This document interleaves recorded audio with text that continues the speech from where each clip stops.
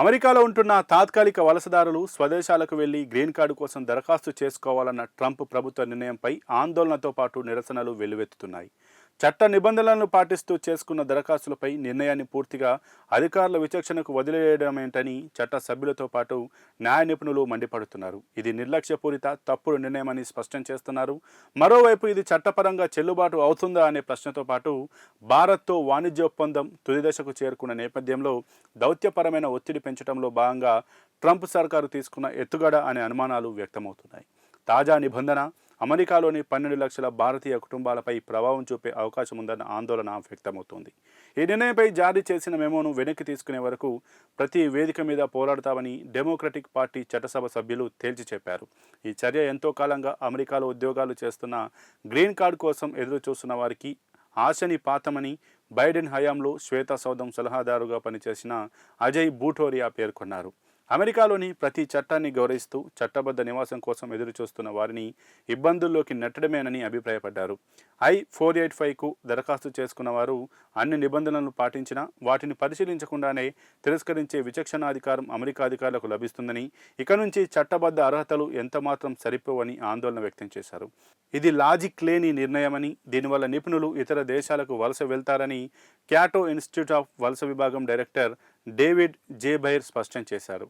అమెరికాలో వేల మంది గ్రీన్ కార్డు దరఖాస్తుదారులు ఉన్నారని, వారిలో నర్సులు, టీచర్లు, ఇంజనీర్లు, మెకానిక్లు, వ్యవసాయ కార్మికులు ఉన్నారని, వారందరినీ దేశం నుంచి పంపించేయాలని ట్రంప్ ప్రభుత్వం భావిస్తోందని టెక్సాస్ కాంగ్రెస్మన్ జోక్విన్ కాస్ట్రో అభిప్రాయపడ్డారు. ఈ నిర్ణయం భార్యాభర్తలను, తల్లిదండ్రులను, పిల్లలను విడదీస్తుందని తెలిపారు. ప్రభుత్వం జారీ చేసిన మెమోను కోర్టులో సవాలు చేయడానికి అవకాశం ఉంది. దీని అమలుపై ఎటువంటి మార్గదర్శకాలు లేవు. అమెరికా ప్రభుత్వం కొత్తగా తీసుకొచ్చిన మెమో ద్వారా గ్రీన్ కార్డుల విషయంలో ఏ వీసాదారులపై ఎలాంటి ప్రభావం పడుతుందన్నది చర్చనీయాంశంగా మారింది. కొన్ని సడలింపులు ఉన్నాయని ప్రభుత్వం చెప్పినా అది ఎవరెవరికి అనేది స్పష్టత లేదు. వలసేతర కేటగిరీలో ద్వంద్వ ఉద్దేశంతో చట్టబద్ధ స్టేటస్ను కొనసాగించినప్పటికీ అదొక్కటే గ్రీన్ కార్డు దరఖాస్తుకు సరిపోదు. ఈ ఒక్క కారణంతోనే విచక్షణను ఉపయోగించి అనుకూల నిర్ణయం తీసుకోవడం సాధ్యం కాదు. అంటే సుదీర్ఘ కాలంగా అమెరికాలో ఉంటున్నామన్న కారణంతో అడ్జస్ట్మెంట్ ఆఫ్ స్టేటస్కు దరఖాస్తు చేసుకోలేరు.